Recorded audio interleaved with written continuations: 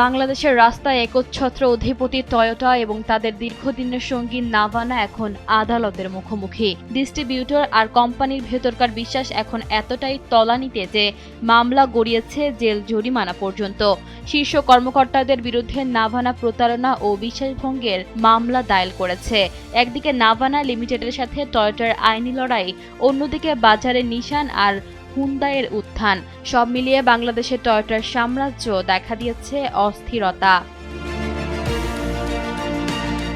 ১৯৬৪ সাল থেকে বাংলাদেশের টয়োটার সমর্থক নাম ছিল নাভানা, কিন্তু বর্তমানে এই দুই গ্রুপের দ্বন্দ্ব চরমে। নাভানা অভিযোগ করেছে টয়োটা বাংলাদেশ লিমিটেড পরিকল্পিতভাবে তাদের ব্যবসায়িক ক্ষতি করার জন্য মিথ্যা রিপোর্ট তৈরি করেছে এবং গ্রাহকদের অর্ডার করা গাড়ির ইনভয়েস সরবরাহে ইচ্ছাকৃত দেরি করেছে।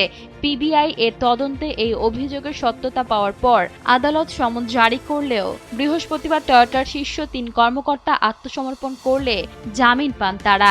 একসময় একক ডিস্ট্রিবিউটর নাভানা এখন বলছে তাদের সুনাম ক্ষুণ্ণ করে টয়োটা নিজেই সরাসরি বাজার দখলের চেষ্টা করছে। ব্যবসায়িক এই দ্বন্দ্বের প্রভাব পড়েছে সরাসরি বিক্রিতে।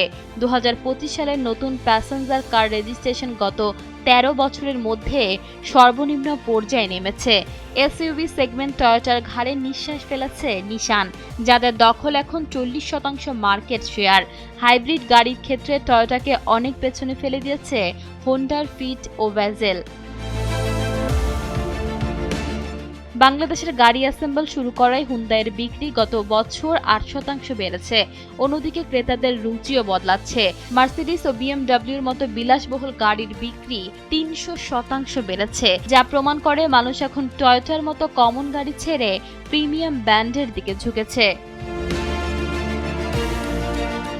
১২ ফেব্রুয়ারি নির্বাচনে বিএনপির বিজয়ের পর নতুন সংসদ সদস্য ও নেতাদের আগমনে সাধারণত বিলাসবহুল গাড়ি কেনার ধুম পড়ার কথা, কিন্তু ইরান ইসরায়েল আমেরিকার যুদ্ধের কারণে তেলের বাজার ও ডলারের দাম নিয়ে চরম শঙ্কা তৈরি হয়েছে।